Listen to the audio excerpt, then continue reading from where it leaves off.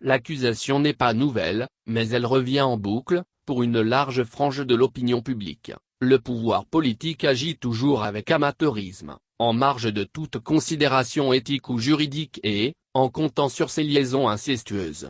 Publiée mercredi, la liste des participants à la concertation politique alimente la controverse.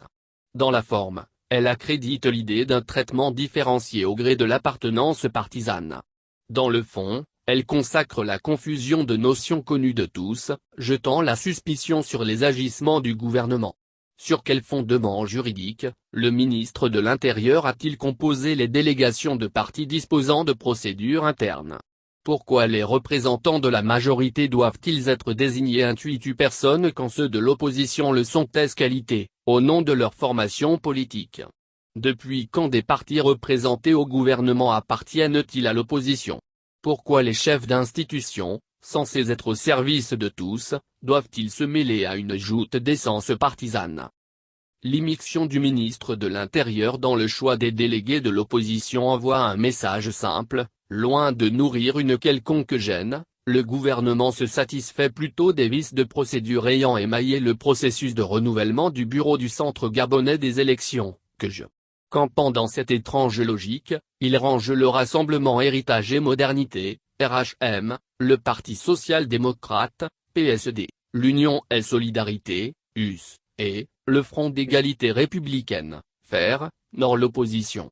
Or, le président du RHM occupe encore les fonctions de ministre de la décentralisation, de la cohésion et du développement des territoires.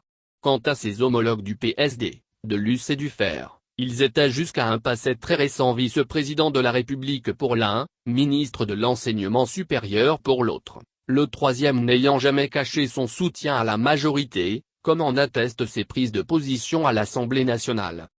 N'en déplaise au ministre de l'Intérieur, l'opposition répond à une définition connue partout dans le monde: ensemble des mouvements et partis qui s'opposent aux forces politiques détenant le pouvoir.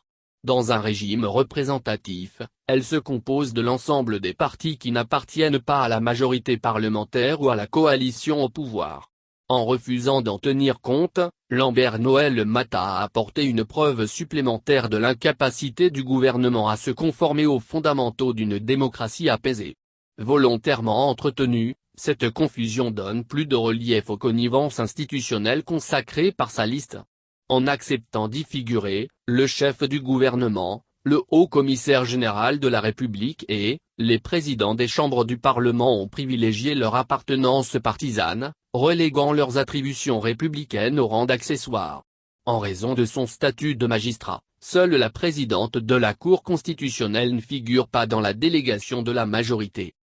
Ce tableau d'ensemble est de nature à renforcer la méfiance et à nourrir la défiance populaire vis-à-vis des institutions.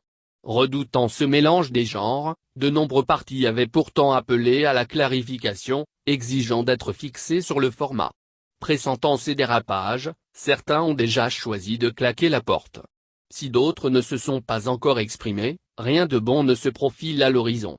En tout cas, les jours à venir s'annoncent riches en rebondissements.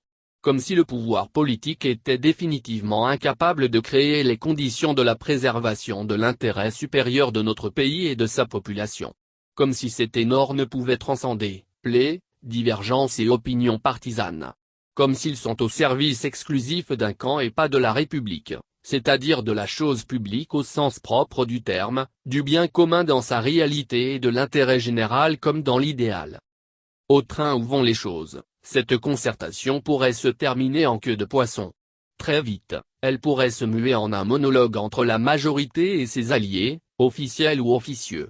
Au-delà, elle pourrait apparaître comme un complot ourdi par les institutions contre la démocratie et les intérêts du peuple. Comment croire au caractère impersonnel des futurs projets de texte quand les principaux ministres concernés par la question électorale ou les différents maillons de la procédure législative figurent dans une délégation partisane? Ou quand le secrétaire général du Parti démocratique gabonais, PDG, trône en deuxième position dans une liste conduite par le Premier ministre et comprenant la présidente du Sénat et le président de l'Assemblée nationale. En termes de cynisme ou de négation du principe de séparation des pouvoirs, on peut difficilement faire pire.